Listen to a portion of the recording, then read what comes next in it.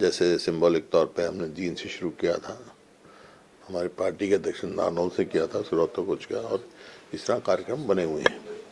अभी 21 तारीख को कुरुक्षेत्र में है कार्यकर्ता सम्मेलन भी चल रहे हैं जिला के रूप में।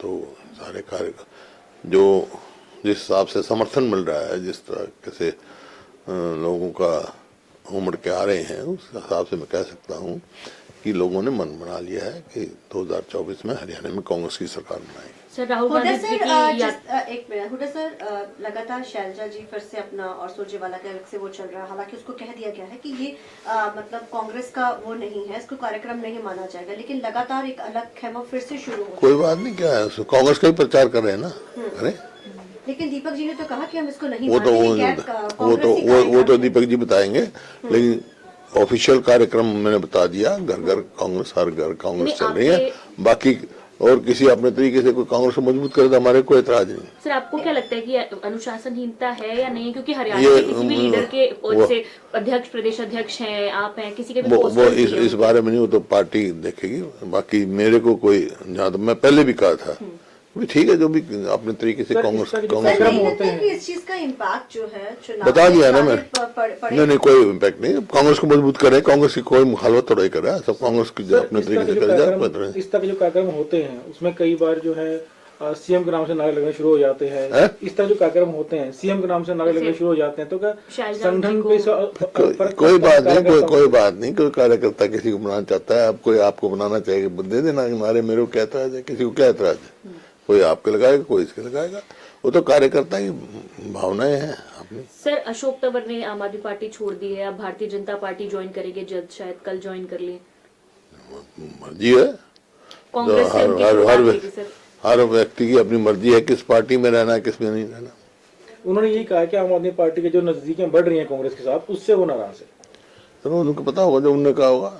आपको क्या लगता है कि हरियाणा में गठबंधन को लेकर आम आदमी पार्टी के साथ जो चुनाव को लेकर कांग्रेस और आम आदमी पार्टी का, क्योंकि चंडीगढ़ मेरे इलेक्शन में ये गठबंधन हुआ है, देखने को जो कल मिला, जो हालात थे, जिस तरीके के, पवन बंसल जी ने भी इस चीज की बड़ी वो करी, बोले कि डर गए। तो अब हरियाणा में कैसा लगेगा? हरियाणा में तो कांग्रेस सब में सक्षम है। ठीक है, 10 की 10 लोकसभा में बताया ना, वो तो अभी तो कोई चर्चा ही नहीं है ना हरियाणा में, कि हरियाणा कांग्रेस जो है खुद में सक्षम है 10 की 10 लोकसभा लड़ने का, और असेंबली के भी चुनाएंगे। जब असेंबली आपने बेरोजगारी का मुद्दा काफी उठाया कि आंकड़े भी पेश किए गए बेरोजगारी के। हरियाणा में मुख्यमंत्री का बयान आया है कि अगले 2 महीने में 60,000 नौकरियां दे दी जाएंगी पूरे प्रदेश में। तो 9 साल में क्या किया? 9 साल में तो बेरोजगारी में नंबर 1 पहुंच गए पूरे देश में हरियाणा। तो हुड्डा साहब, राम मंदिर को लेकर के जिस तरीके से कांग्रेस का स्टैंड है कि वो प्राण प्रतिष्ठा के प्रोग्राम में नहीं जाएंगे, इसके पहले भी आपने धारा 370 के को लेकर के एक अलग रुख अख्तियार किया था। दीपेंद्र हुड्डा भी वहां पर दर्शन करने के लिए जा करके आएंगे, तो क्या आपका रुख पार्टी के साथ ही है, कुछ अलग? नहीं, पार्टी कोई राम से अलग थोड़ा ही है, राम सबके हैं, सारी पार्टियों के हैं, जो जिसकी तो अपनी आस्था की सवाल है। तो ये जिस तरीके से निमंत्रण दिया है, इस पे नहीं जा रहे हैं? चलो, वो तो उनकी वो है, मेरे पास तो कोई निमंत्रण आया नहीं। अगर आपके पास आता तो क्या आप जाते सर? मैं उस हाइपोथेटिकल सवाल का क्या जवाब दूंगा? मैं पहले भेजो, फिर मैं दे दूंगा जवाब। पहले आप भेज दो, पहले मेरे को भेज दो, मैं तो जब राम बुलाएगा तो मैं चला जाऊंगा, राम सबका है। पिछले दिनों सर ईडी ने बुलाया था आपको, 7-7.5 घंटे तक आपकी बातचीत हुई, क्या उसमें रहा सर कुछ? क्या ईडी ने बुलाया था आपको? हाँ, फिर क्या, पहले भी बुलाया था, जो भाई वो उनका काम है, मेरे को कोई इस बात की वो नहीं है, क्योंकि कोई नथिंग टू हाइड ना मेरे पास है। तो जितनी बार बुलाएंगे उतनी बार जाऊंगा, वो तो उनका काम है। तो ये क्या बदले की कार्रवाई के तहत हो रहा है, ये राजनीति कहा जाता है? ऐसा है, ये उनका काम है, और जितनी बार बुलाएंगे उतनी बार जाऊंगा मैं।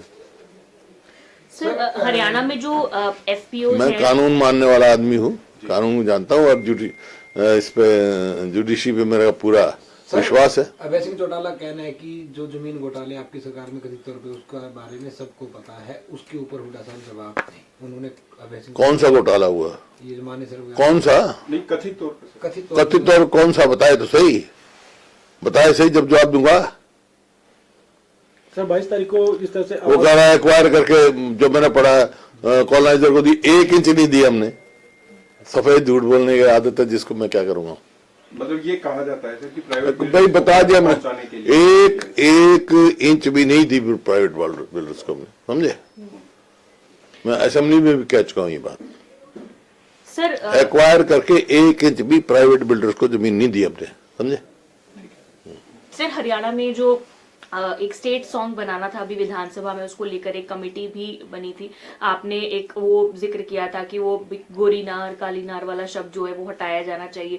वो कमेटी हटाने पर भी विचार कर रही है। कुछ इन्फॉर्मेशन आप तक नहीं, मेरे पहुंची पास कि क्या सॉन्ग है वो? मेरी कमेटी किसी सदस्य से बात नहीं हुई मेरी। सर 22 जनवरी को आम आदमी पार्टी हरियाणा में सुंदरकांड का पाठ करवाएगी 21 तारीख को, तो कांग्रेस की तरफ से कैसा कार्यक्रम करवाया जाएगा 22 तारीख? परम तो भाई 24 घंटे जो राम के भगत राम बते, सबको विश्वास है राम में, अपनी अपनी आस्था की बात है।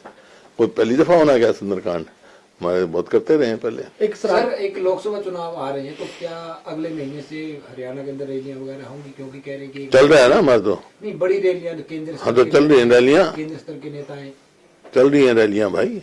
सर एक आखिरी सवाल है कि जिस तरह से गठबंधन को लेकर बात चल रही है, गठबंधन की जो बातचीत चल रही है दिल्ली में, किस गठबंधन की? कांग्रेस और आम आदमी पार्टी, इंडिया गठबंधन, इंडिया तो ब्लॉक की।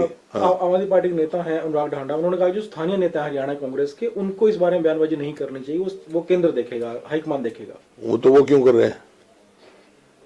वो क्या है, वो भी तो स्थानीय नेता है।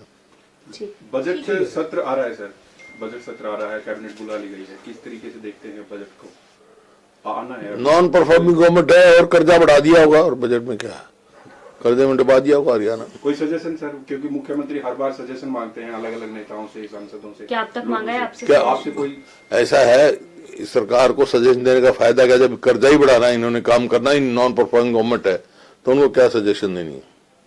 ठीक है सर। मैं तो कोई सजेशन देता नहीं। एक सर, जब ये 3 राज्यों के नतीजे आए हैं, भारतीय जनता पार्टी की जीत हुई, इसके बाद कह रहे हैं कि हरियाणा की 10 की 10 सीटें भारतीय जनता पार्टी जीतेगी। कांग्रेस की तरफ से कहा जा रहा था कि ये सेमीफाइनल, और सेमीफाइनल भाजपा जीत चुकी है। मैंने कहा ना, कांग्रेस जीतेगी हरियाणा में, और लोकसभा में भी कांग्रेस की बहुत अच्छी स्थिति रहेगी। आप देख रहे हैं, लोगों ने फैसला करना है, इनने नहीं फैसला करना है। ठीक। सर